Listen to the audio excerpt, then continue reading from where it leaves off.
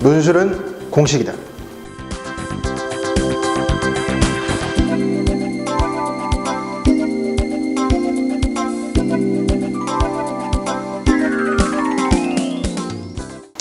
네, 반갑습니다. 탑논술 논술 강사 배유진입니다.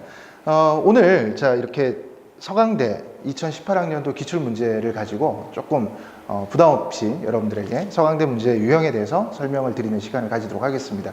대개는 이런 강의를 하다 보면 말이 너무 길어지기도 하고 지루하기도 하고 하다 보니까 최대한 오늘은 좀 편하게 가는 시간을 가지도록 하겠습니다.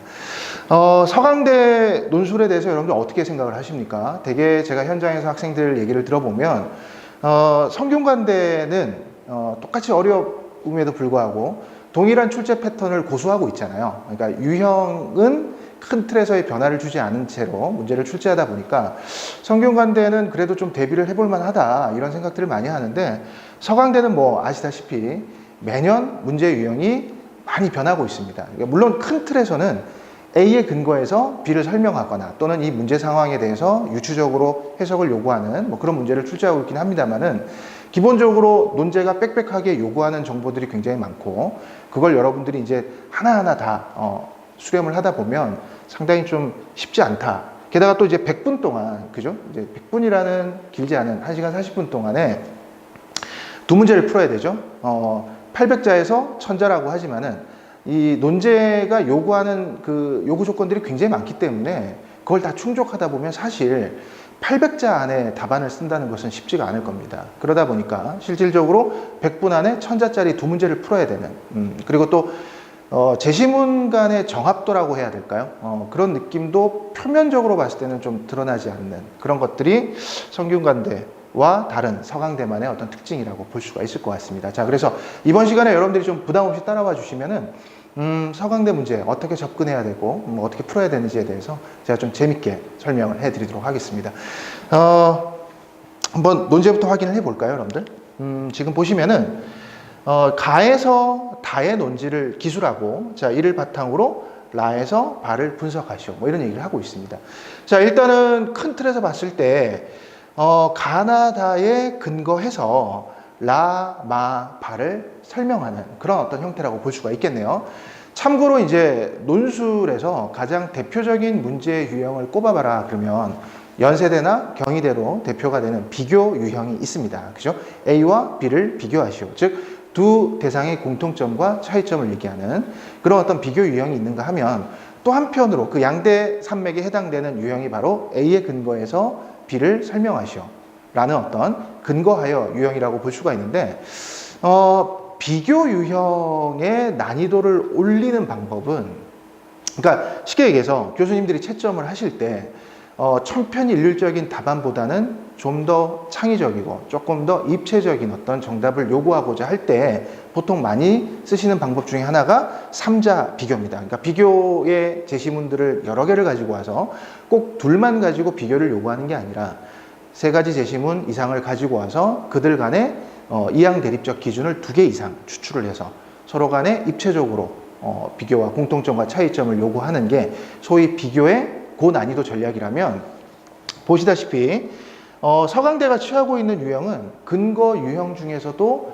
상당히 입체적인 어떤 시각을 요구하고 있는 것을 알 수가 있습니다. 왜냐하면 일단 해야 될 게 크게는 가나다의 논지를 기술하는 거니까 가나다를 요약을 해야 되겠죠. 네, 요약을 하고, 자, 그 다음에 그걸 가지고 라, 마, 바를 분석을 하는데, 이게 무슨 사랑의 짝대기처럼 가는 라와 연결이 되고 나는 바와 연결되고 이런 1대1 대응은 아닐 거란 말이죠. 그러니까 즉 경우의 수가 존재하게 됩니다. 자, 그 점을 한번 좀 살펴볼게요. 자, 지금 보시면 말입니다.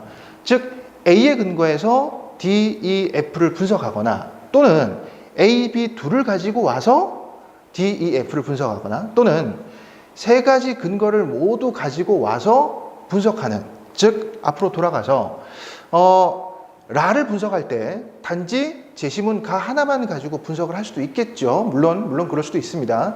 그렇지만 그럴 가능성보다는 가와 나 또는 가와 다 또는 나와 다 같은 복합적인 근거를 가지고 라를 분석하는 이런 형태의 문제일 가능성이 높다라는 거죠. 그렇게 되면 상당히 이제 답안의 구성은 입체적으로 진행이 돼야 될 것입니다. 자, 그러다 보니까 대개 이런 문제를 여러분들이 한번 풀어보시면 어떤 그 실수를 범하게 되냐면 아마 공감을 하실 거예요. 가나다의 논지를 기술하는, 즉 가나다를 요약하는데 벌써 4,500자를 써버리는 거예요. 특히나 이게 비교 문제를 많이 풀었던 학생들이 이런 오류를 많이 범합니다. 그러니까 분명히 보면 제시문 가나다가 서로 별개의 얘기를 하고 있는 것 같지만 당연히 어떤 범주에서 묶일 수가 있겠죠. 그러니까 그 가나다에 대한 사실 확인도 해야 되고요. 또 가나다의 관계도 여러분들이 설정을 하다 보면 벌써 그 얘기하는데 한 4,500자를 써버리는 거예요. 그리고 나서 부랴부랴 라마바를 얘네 근거에서 설명을 하는데 정말 그때는 이제 분량이 쫓기다 보니까, 시간과 분량이 쫓기다 보니까 정말 한 줄 요약으로 얘는 이런 얘기하고 있는데 가가 이러지 말라고 했으니까 얘는 잘못된 것임, 이런 식의 한 줄 요약 형태로 가는 경우가 굉장히 많고요. 또 하나는 뭐냐면 라마바를 분석하는 과정에서 이제 빼먹는 거죠. 쉽게 얘기해서 출제자의 의도는 가와 나의 근거에서 라의 현상을 분석해야 되는데 여러분들은 그 중에 하나만 가지고, 즉 가만 가지고 라를 분석한다거나 이렇게 되면 명백하게 감점이 됩니다. 즉 그래서 서강대는 난이도가 높지만 여러분들이 정확하게 풀어내면 사실은 자력으로 합격을 장담할 수 있는 대학 중에 하나입니다. 이런 것들이 중요하죠. 이게 논술 전형에 대해서 조금 잘못 알려진 오해 중에 하나가 뭐냐면 너무 불확실성이 크다. 논술은 운이다, 논술은 로또다, 뭐 이런 얘기까지 심지어 하시는 분들이 계시는데 그렇지 않습니다. 이렇게 난이도가 제법 있는 학교들은 여러분들이 정확하게 분석하고 풀어내면 충분히 자력으로 합격을 장담할 수가 있겠죠.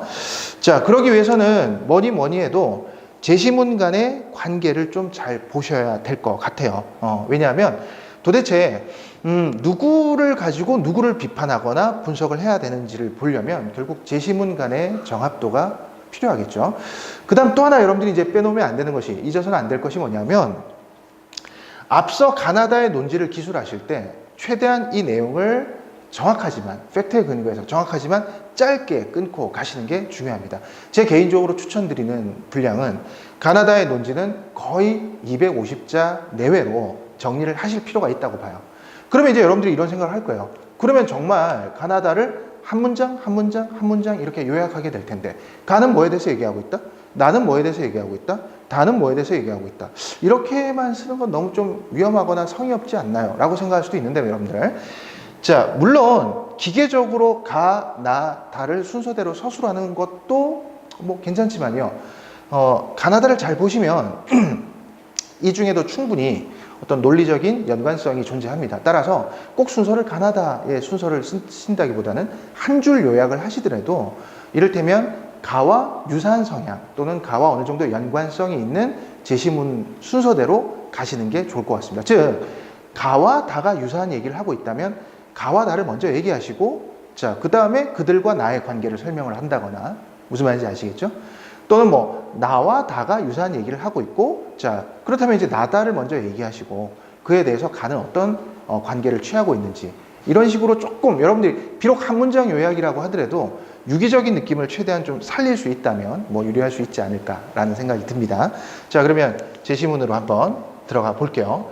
자, 지금 제시문이 아마 영상으로 여러분들 확인하실 때 잘 안 보이실 수도 있어요. 자, 그렇지만은 아까 말씀드린 것처럼 저희 이제 탑 논술학원 홈페이지 또는 블로그를 방문을 하시면 충분히 자료를 다운받을 수 있으니까 그걸 참고하시면 될 것 같습니다. 자, 우선 제시문을 한번 볼게요. 자, 뭐니 해도 지금 가나다에 대한 해석이 가장 중요한 것 같습니다. 자, 한번 읽어보겠습니다. 갖고 있는 제한적인 정보가 마치 자신이 아는 전부인 양 생각하고 행동하는 수밖에 없다. 구할 수 있는 정보로 가장 개연성 있는 이야기를 만들고 만일 그것이 좋은 이야기라면 믿는다. 아이러니하게도 우리가 아는 게 거의 없을수록, 즉 퍼즐에 비유하면 맞출 수 있는 조각의 숫자가 적을수록 오히려 정합적인 이야기를 만들기 쉽다. 우리의 마음을 편하게 해주는, 세상이 이해된다는 확신은 무한대에 가까운 우리의 무지함을 애써 외면할 수 있는 능력이라는 안전한 반석 위에 세워진다.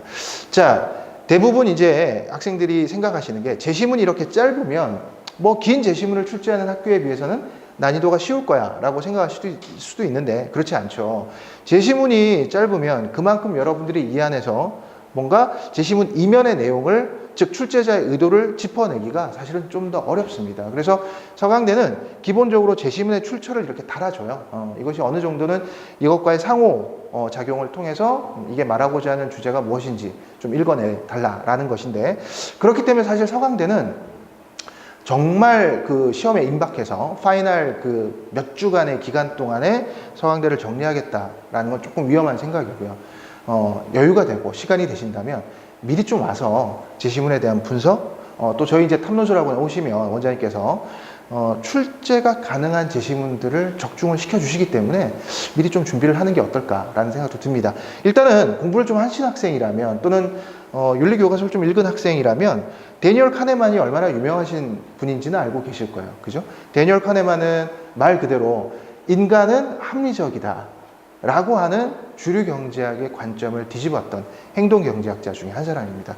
결국 지금 가가 얘기하는 건 바로 뭐냐면, 우리는 뭐 유한한 어떤 존재죠. 무한자가 아닙니다. 본질적인 얘기를 하자면 우리가 알고 있는 사실은 어느 정도 한계를 가질 수밖에 없어요.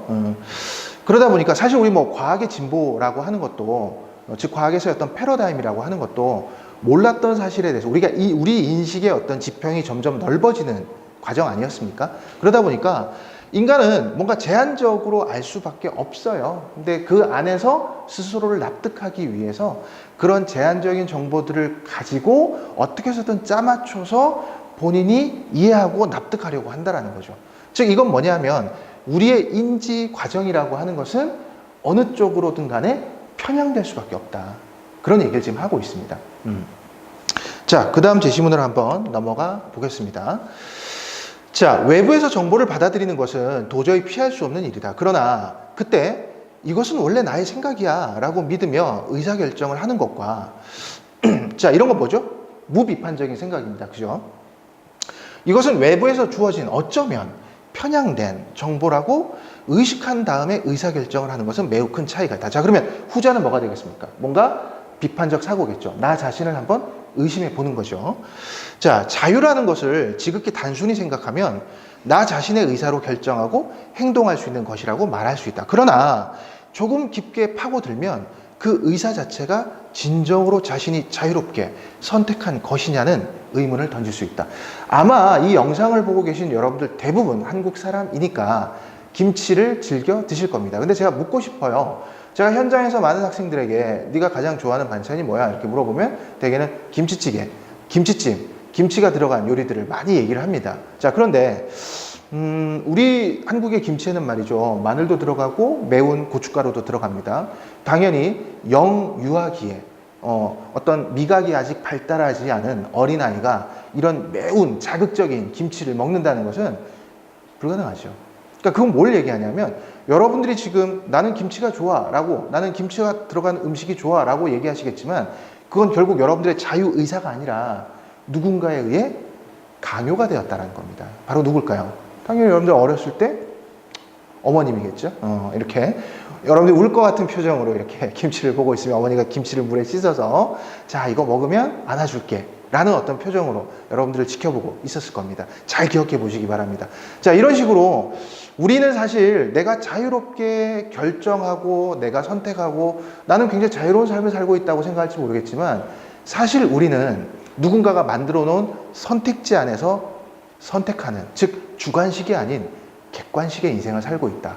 즉 우리가 욕망하는 것들은 사실 타자가 강요한 것들이 많잖아요. 그죠? 끊임없이 자본주의 사회는 우리가 욕망하지 않았던 것을 뭐 하게끔? 욕망하게끔 강요하고 있습니다. 끊임없이 CF들이 그렇고요. 그런 점에서 아마도 오늘날의 현대사회는 아나바다인가요? 아껴 쓰고 나눠 쓰고 바꿔 쓰고 하는 이런 어떤 공유 소비를 굉장히 싫어할 것 같습니다. 제가 어렸을 때만 하더라도 저는 이제 70년대 때 태어났던 사람이니까 제가 어렸을 때만 하더라도 사실 뭐 옷이 됐건 뭐가 됐건 한번 쇼핑을 하러 가면 형제들이 있는 집안들 같은 경우에는 물려 입을 것을 전제해서 좀 예쁘지 않더라도, 좀 멋있지 않더라도 튼튼하고 견고하고 뭐 실용적인 그런 것들을 선택을 했었어요. 자, 그런데 그렇게 되면 당연히 어떻게 되죠? 우리 소비 사회는 그러한 어떤 소비자를 싫어합니다. 당연히 끊임없이 소비를 해야 돼요. 그래서 그 소비에 대해서 여러분들에게 계속 세뇌를 시키고 여러분들이 가지고 있지 않았던 욕망에 대해서 자극을 하게 되고요. 그렇죠? 심지어 요즘에는 보면 어떻게 됩니까? 개인의 자아를 미분을 시킵니다. 쉽게 얘기해서 한 사람의 여성을 엄마로서의 자, 그죠? 직장인으로서의 자, 그리고 또 누굽니까? 뭐 당당한 어떤 딸로서의 어떤 자, 그죠? 그 다음에 또 어떻게 될까요? 한 남자의 아내로서의 자, 이렇게 다양하게 미분을 시켜서 그 각각의 개별적인 자아들이 뭐 하게끔 소비를 하게끔 유도를 해요. 자, 조금 얘기가 이제 새긴 했습니다만은 결국 지금 제시문 나가 말하고 싶은 건 뭐냐면 우리가 진정 자유로운가에 대한 겁니다. 우리는 분명히 주체적으로 뭔가를 선택하고 판단한다고 생각을 하지만 사실 우리도 인지하지 못하는 사이에 외부로부터 많은 어떤 영향을 받고 있고 더 중요한 건 뭐냐면 그 사실에 대해서 우리는 무비판적이라는 거예요. 거기에 대해서 늘 비판하고 성찰하는 자세. 늘 뭐 논술 문제 보면 자신을 성찰하고 주체적인 삶을 살아야 된다라고 얘기하지 않습니까? 자, 나는 지금 그러한 어떤 현상에 대해서 꼬집고 있다고 볼 수 있겠네요. 자, 이렇게 보면 뭐 가와 나는 어느 정도 연관성이 있는 것 같습니다. 왜냐하면 가 같은 경우에는 인지적인 어떤 편향의 현상을 얘기하고 있었고요. 그 이유가 바로 뭐였습니까? 우리가 가지고 있는 정보가 상당히 뭐했다라는 거, 제한적이라는 거죠. 그렇다면 이와 이제 제시문 나를 연계했을 때 우리는 무슨 생각을 해야 되냐면 그렇기 때문에 우리는 항상 우리의 어떤 판단, 우리의 인지에 대해서 뭐 해야 됩니까? 비판적으로 사고를 해야 되는 거예요. 근데 그렇지 못한다라는 거죠. 자, 남은 제시문 다가 어떤 얘기인지 한번 보겠습니다. 보편적 신조를 세우는 데는 엄청난 어려움이 따르지만, 자, 보편적 신조입니다. 자, 앞서 봤던 가와 나, 그리고 다의 가장 큰 차이가 가와 나가 뭐 개인적 차원의 어떤 인지를 얘기하고 있다면 다는 지금 보편적 신조입니다. 자, 일단 확실히 성립되기만 한다면 그것은 오랫동안 난공불락의 힘을 지닌다. 또한 그 어떤 철학적 오류를 내포하건 간에 최고의 지성인들에게까지 영향을 미친다. 자, 그 다음에 예시가 나오죠. 자, 이런 것들이 야만적 종교적 전설들을 제론의 여지없는 진실로 간주하고 있지 않은가. 자, 그러면 한번 정리를 해보겠습니다, 여러분들. 지금 제시문 다는 자, 구스타프 르봉의 군종 심리에 대한 얘기를 하고 있죠. 자, 말 그대로 가, 나와 다의 가장 큰 차이는 이건 어떤 집단적 차원, 사회적 차원, 군중적 차원의 어떤 인지 편향을 얘기하고 있습니다. 자, 그러면 이런 어떤 도식이 성립이 될 것 같네요. 제시문 가와 다는 인지 편향을 얘기하고 있습니다. 다만 차이가 있다면 가는 개인적 차원이 되겠고요. 그 다음에 다는 뭡니까? 집단이나 사회적 차원이라고 보면 되겠네요. 자, 그 다음에 이러한 어떤 개인과 집단 간의 인지 편향이 나타나는 이유는 바로 뭐냐면 앞서 제시문 나가 얘기했던 것처럼 우리가 알고 있는 사실들에 대해서 무비판적으로 자각하고 있다라는 거죠. 아니, 자각도 하지 않는다라는 거죠. 자, 그러면 이러한 어떤 구조를 가지고 남은 제시문들을 분석을 할 건데요. 자, 여기서 이제 요약의 팁을 좀 설명을 드리겠습니다. 시간이 벌써 많이 지났나요? 여러분들 지루하지 않게 제가 수업을 하려고 하는데 자, 편하게 좀 받아주셨으면 좋겠습니다. 네, 그래서 지금 요약을 하실 때 여러분들 보통 이제 이렇게 쓰시게 되면 제시문 가는 뭐뭐에 대해 논하고 있다. 즉, 뭐뭐 한다는 것이다. 자, 이렇게 연역식의 어떤 구조로 요약을 하시는 것보다는 서강대만큼은 정말 한 줄 요약이지만 논리적으로 가야 되잖아요. 그래서 제가 드리는 꿀팁은 바로 뭐냐면 뭐뭐뭐뭐 하는 제시문 가는 뭐뭐에 대해 주장하고 있다. 이런 형태로 갔으면 좋겠습니다. 즉, 뭐뭐뭐뭐 하는, 즉 관형절이 되겠네요. 그죠? 문장에서 초반에 들어가는 관형절 부분에다가 제시문의 팩트를 넣어주세요. 그러니까 즉 제시문 가에서의 팩트는 뭐였습니까? 제한된 어떤 정보를 가지고, 그죠? 확인 한번 해볼까요? 자, 제한된 정보를 가지고, 자, 우리는 뭐 할 수밖에 없어요? 판단을 할 수밖에 없습니다. 그죠? 뭔가를 결정 내릴 수밖에 없어요. 뭔가를 인식할 수밖에 없습니다. 그렇기 때문에 본질적으로 우리는 편향된 사고를, 즉, 그릇된 사고를 가질 수밖에 없는 거예요. 그죠? 자, 그렇다면, 자, 관형절에 들어가야 될 게 바로 뭐냐면 이 제시문의 내용입니다. 제시문의 내용이고요. 자, 그 다음에 서술부 자리에, 즉 뭐뭐뭐뭐 하는 제시문 가는 뭐뭐에 대해 뭐뭐 하고 있다라고 할 때 이제 서술부에 들어갈 내용이 바로 뭐냐면 이 제시문의 의도나 취지라고 보면 될 것 같아요. 이 제시문은 결국 우리의 그런 상황을 꼬집고 있습니다. 즉 지적하고 있는 거죠. 자, 그러니까 그런 식으로 문장을 좀 요약을 해 주시면 일단 한 문장만으로도 충분히 내용을 다 담을 수가 있을 거예요. 일단 글자 수의 압박이 있으니까요. 자, 그 다음 두 번째가 뭐냐면, 두 번째 팁은 뭐냐면, 가에서 바로 나로 넘어가지 마시고요. 어디로 넘어간다? 자, 가를 요약하시고, 그 다음에 누구로? 다로 요약을 하시기 바랍니다. 바로 다로 넘어가시기 바랍니다. 그리고 이때 이 가와 다는 결국 뭐에 대한 겁니까? 인지적 편향, 인지적 한계에 대한 걸 얘기하고 있는 거죠. 우리가 비합리적이라는 얘기를 하고 있는 거죠. 자, 그리고 그러한 어떤 이유가 결국 어디서 발생하느냐? 그러한 어떤 한계가 태생적으로 존재함에도 불구하고, 그래서 우리는 뭐 해야 됩니까? 항상 자기 자신에 대해서 이건 편향된 게 아닐까라는 어떤 비판적 성찰, 비판적 인식이 있어야 되잖아요. 근데 그거마저도 부재하기 때문에 이런 가와 다 같은 일들이 벌어진다라고 볼 수가 있겠죠. 그래서 제시문을 요약하실 때 첫 단락의 요약 순서는 가, 다, 그리고 이러한 현상이 일어나는 이유에 대해서 누구? 나를 통해 알 수 있다는 식으로 연결을 하시면은 가볍게 가나 다를 요약하시면서도 이들이 굉장히 유기적인 관계를 가지고 있다는 것을 답안에서 표출할 수 있을 것 같습니다. 자, 그리고 나서 자, 이러한 어떤 가나다의 근거에서 나머지 제시문들을 이제 분석을 할 텐데요. 자, 한번 보겠습니다. 자, 이게 뭐 갑자기 화면에 굉장히 많은 내용이 지금 나왔죠. 자, 앞서 말씀드렸다시피 충분히 이 강의 자료는 저희 이제 홈페이지 오시면 다운받을 수 있으니까 참고하시기 바라고요. 지금 제시문 안은 뭐에 대한 얘기를 하고 있냐면 그 제목이 이렇습니다. 전문가와 강적들이래요. 전문가와 강적들. 그래서 전체적인 내용의 취지를 보시면은 생우유 먹기를 고수하는 사람들의 사례가 나옵니다. 그러니까 그런 거죠. 우유는 당연히 이제 멸균 또는 살균을 해서 이제 우리가 유통이 되고 가공이 되고 하는 것인데, 그 중에 이제 생우유를 즐겨 드시는 분이 있다라는 거예요. 개인적으로 제가 아는 분 중에도 그런 분이 계십니다. 그래서 그분은 정기적으로 목장에 가셔서 실제로 이제 이 소젖을 짜서 그 자리에서 바로 드세요. 그래서 뭐 그분의 취향이니까 제가 뭐라고 얘기할 수는 없는데, 문제는 그분이 이제 아직 나이가 어린 자녀들도 데리고 가서 이제 같이 막 마시고 합니다. 근데 조금 그건 위험하지 않을까라는 생각을 우리가 이제 과학적 기준에서 해보는데, 어쨌든 이게 더 좋은 거야 라고 이제 고집하는 분들이 있죠. 자, 그러니까 결과적으로 지금 이 라는 무슨 얘기를 하냐면, 분명히 전문가들이 과학적으로 또는 의학적인 어떤 지식을 가지고 그것은 옳지 않아 또는 그것은 위험해 라고 얘기를 함에도 불구하고 그 고집을 갖다가 멈추지 않는다는 거예요. 자, 그러면 이건 누굴 갖고 분석을 해야 되겠습니까? 당연히 제시문 가와 나를 가지고 분석을 할 수가 있겠죠. 그죠? 자, 좀 더 나가 봅시다. 자, 말을 보시면은, 자, 한국일보의 기사를 지금 가지고 왔는데요. 어동육서 나옵니다. 밑에 나와 있죠? 생선은 동쪽에 두고 고기는 서쪽에 둔다. 이거 말고도 여러분들 아마 홍동백서 이런 것도 들어보셨을 거예요. 우리가 제사상 차릴 때 왜 붉은 과일은 동쪽에 두고 하얀 과일은 서쪽에 둔다. 뭐 이런 어떤 제사상의 어떤 격식을 얘기하고 있는데, 제시문의 내용을 보시면 알겠지만은 이런 어떤 상다리가 휘어지는 차례상이라고 하는 것은 원래 유교적 전통이 아니래요. 어느 순간부터 우리가 이제 뭐 역사적인 격동기를 거치면서 일종의 어떤 과시하기 위한 수단이 잘못된 어떤 사회적 관습, 관례 또는 인습으로 자리 잡은 거죠. 그러니까 우리가 알고 있는 전통들 중에서 보존해야 될 전통도 있지만 사실 타파해야 될 인습도 있지 않습니까? 근데 이거에 대해서 우리는 전혀 어때요? 비판적이지 않죠. 무비판적입니다. 그리고 이런 거에 대해서 누군가, 여러분들 아마 뭐 집에서 제사 지내고 차례 지내고 하실 때 왜 이래야 돼요? 라고 얘기하면 그건 엄청난 권위에 대한 도전입니다.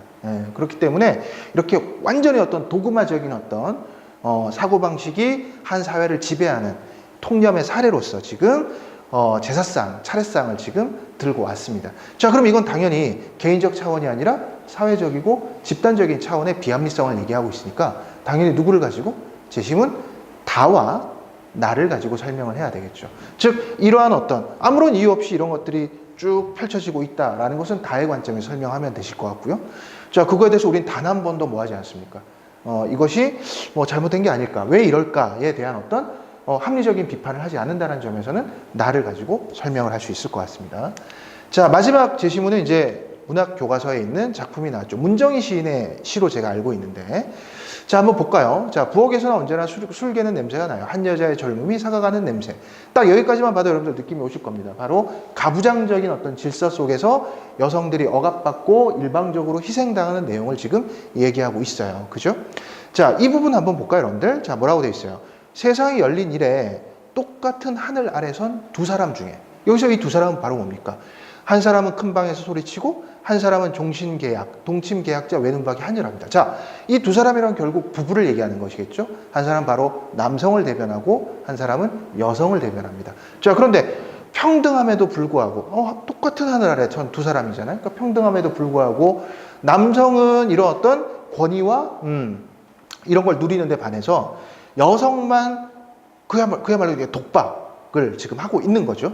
자, 그러니까 이건 옳지 않다라고 지금 비판을 하고 있는, 즉 우리의 어떤 가부장적인 현실을 비판하고 있는 시라고 볼 수 있습니다. 뭐 이런 거 외에도 여러분들 뭐 우리 동네 구자명 시라든가 이런 어떤 여성에게만 강요되고 있는 이중고, 불합리한 어떤 뭐 한국 사회의 현실, 민낯 이런 것들은 사실 문학 교과서에서 많이 출제가 되는 작품들 중에 하나인데, 자, 그러면 이 또한 어떻게 봐야 될까요? 이것도 개인 차원의 문제는 아니죠. 개인이 뭐 이렇게 주체성 없이 살고 이런 건 아니잖아요. 이거는 우리의 어떤 현실이잖아요. 그리고 지금 보시면 고유명사가 지금 나오지 않습니다. 한 여자가 누구다, 뭐 사람의 이름이 나오지 않고요. 한 여자 또는 뭐 한 사람 이런 식의 아주 일반화된 표현을 쓰고 있어요. 그러니까 이거는 한 개인의 문제라기보다는 우리 사회의 어떤 부조리한 현실이라고 봐야 되겠죠. 따라서 이 또한 누구를 가지고, 재심은 달을 가지고 분석을 할 수가 있겠습니다. 자, 그러면 이쯤에서 여러분들이 당연히 어떤 질문을 하셔야 되냐면요. 그럼 이제 이런 질문을 하실 거예요. 만약에 이거 달을 갖고 설명해야 되는데 가를 갖고 설명하면 어떻게 되나요? 큰일 납니다. 네, 정말 큰일 나게 되고. 자, 그러면 이제 이런 또 질문을 하실 거예요. 뭐냐면 달을 갖고 설명을 해야 되는데 여기다가 나를 끌어들여도 됩니까? 그건 상관이 없어요. 그러니까 무슨 얘기냐면 서강대는 기본적으로 투머치하게 여러분들이 TMI, 투머치 인포메이션을 적는다고 해서 크게 손해보진 않아요. 근데 물론 이건 안 되겠죠. 뭐냐면 이걸 설명을 하는데 가나다를 다 갖고 오면 안 되겠죠. 왜냐하면 자, 앞서 좀 더 이제 직관적인 설명을 드리자면 이 현상을 지금 설명하는데 가를 가지고 올 근거는 없잖아요. 그죠? 이건 당연히 누구를 갖고, 달을 갖고 설명을 해야 되겠죠. 그리고 이러한, 왜냐하면 이게 이제 집단적인 어떤 현상이니까, 사회적인 어떤 현상이니까요. 그리고 이제 이러한 어떤 기저에는 바로 이거에 대해서 무비판적으로 인식하는 나를 가지고 분석을 해야 되지 않습니까? 그러니까 더 가지고 오는 건 상관이 없지만 가지고 와서는 안 될 정보를 끌어서 설명을 하는 것은 당연히 감점의 요인입니다. 자, 그러면 답안 전체적인 개요를 설명하면서 이 시간 마치도록 하겠습니다. 우선 개인적으로 제가 추천드리는 구성은 크게는 이 답안은 두 개의 어떤 그 문단으로 나누면 좋을 것 같아요. 그래서 첫 번째 문단에서 가나다를 요약을 하시는데 말씀드렸죠? 최대한 분량을 적게. 제가 추천드리는 분량은 250자 내외 정도면 좋을 것 같습니다. 너무 내용이 많으면 뒤에 할 얘기가 없어요. 자, 그 다음에 남아있는 제시문들, 즉 라, 마, 바를 분석을 해야 되겠죠. 얘네들을 각각 250자 정도로 배치를 하면 좋겠습니다. 그러면 딱 천자가 맞춰질 거예요. 자, 그래서 요약을 하실 때, 자, 어떻게 가면 된다? 자, 제시문 말을 갖고 예를 들어서 설명을 한다 그러면 아까 말씀드렸죠. 뭐뭐뭐뭐 하는 제시문 마는 자, 어떤 현상을 보여주고 있다. 이해되죠? 자, 관형절 부분에 이 제시문에 팩트를 넣어주시기 바랍니다. 사실을 넣어주시고요. 서술부, 첫 번째 문장의 그 서술부 자리에 이 제시문의 취지를 말씀하시기 바랍니다. 즉, 이러한 현실을 이제 꼬집고 있는 거죠. 자, 그리고 이제 이러한 어떤 현상은 결과적으로 어떠한 점에서 누가 얘기하는? 제시문 다가 얘기하는 사회적인 어떤 비합리성. 그죠? 사회적인 어떤 비합리성이 한 사회의 어떤 전통이나 관습이나 인습으로 자리 잡았을 때의 모습을 드러내준다는 점에서 제시문 다의 관점에서 해석될 수 있다라고 보면 되겠네요. 나의 관점에서 자, 이러한 어떤 현상의 근간에 자리 잡고 있는 어떤 무비판적이고 성찰적이지 않은 어떤 태도를 꼬집는 식으로 가시면 될 것 같습니다. 자, 이게 뭐 제가 항상 짧게 가볍게 가고 싶은 마음으로 출발을 하는데 얘기를 하다 보면 이렇게 길어져요. 자, 유익한 시간이 되셨기를 바라고 다음 시간에 또 여러분들에게 좋은 정보를 가지고 찾아뵙도록 하겠습니다. 고맙습니다.